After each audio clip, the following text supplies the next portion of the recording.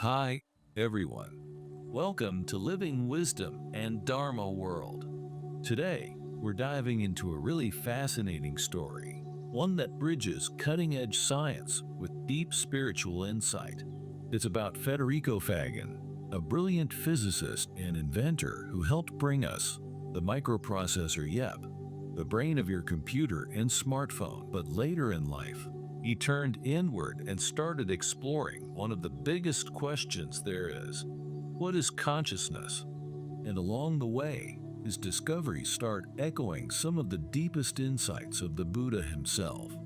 So, let's explore both worlds together, the silicon and the spiritual. Don't forget to like, subscribe, and share this video to inspire others on their path of discovery.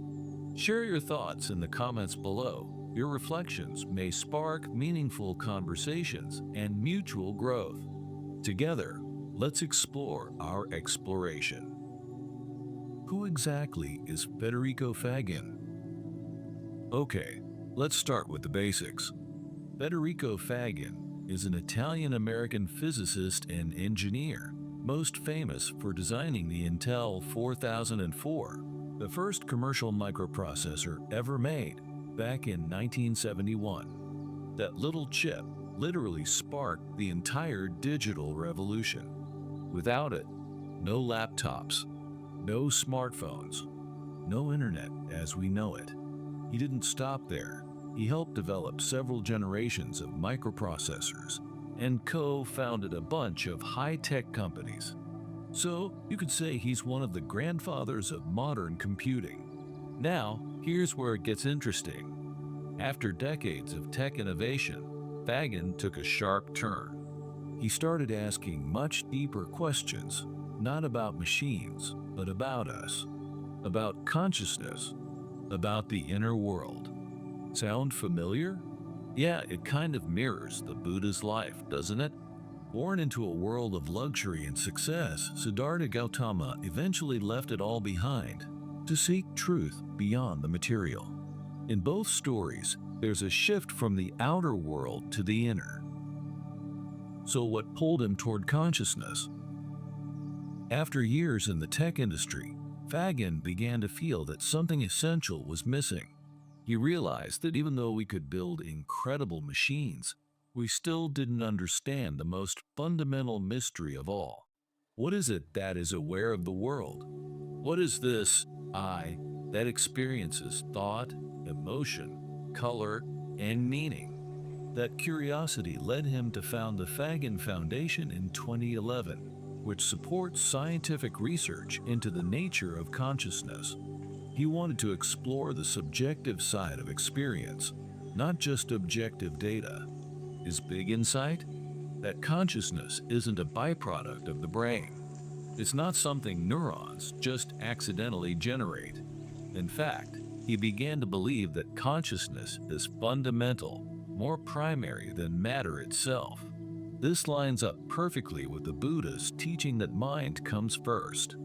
As the Dhammapada says, all phenomena are preceded by the mind, ruled by the mind, made of the mind. A life-changing inner experience. Now here's where things get really interesting. In the early 1990s, Faggin had a spontaneous mystical experience, one of those deep, unshakable moments of clarity. He wasn't on any substances or religious retreat. He just entered a kind of meditative awareness and suddenly experienced a direct sense of unity with all that is. He realized, I'm not just this body. I'm not just this mind. I am something timeless. I am awareness itself. It totally shattered his previous worldview. From that moment on, he knew consciousness isn't in the brain. It's something far, far deeper. It reminds me so much of the Buddha's moment under the Bodhi Tree. He didn't figure out enlightenment like solving a math problem. It was a direct realization, a seeing through of illusion, a knowing without needing proof. As the Buddha taught in Dhammapada, when one sees with wisdom, all conditioned things are impermanent.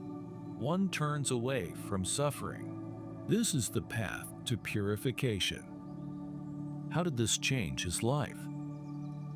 After this awakening, Faggin couldn't go back to the way things were. He stepped away from his business life and focused fully on understanding consciousness and meaning. He realized that modern science, while brilliant at analyzing the external world, was blind to the inner world. It could measure brainwaves, but not awareness. It could model behavior, but not meaning. This shift made him more intuitive, more heart-centered, more awake to the subtle side of life. Honestly, it's very much like the Buddha's motivation after awakening. He could have just stayed in blissful silence, but instead, he taught out of compassion to help others awaken too. Go forth for the good of the many, for the happiness of the many, out of compassion for the world. As the Buddha said in Vinaya Pitaka Mahavagga. How does he bridge science and spirituality? Faggin's whole philosophy is about building a new scientific model, one where consciousness is primary and the physical world arises from it, not the other way around. Here are some of his key ideas in a nutshell. Consciousness doesn't emerge from the brain. The brain is a tool of consciousness. Subjective experience is real, not an illusion or side effect. Science and spirituality can and should complement each other. Information isn't equal to meaning.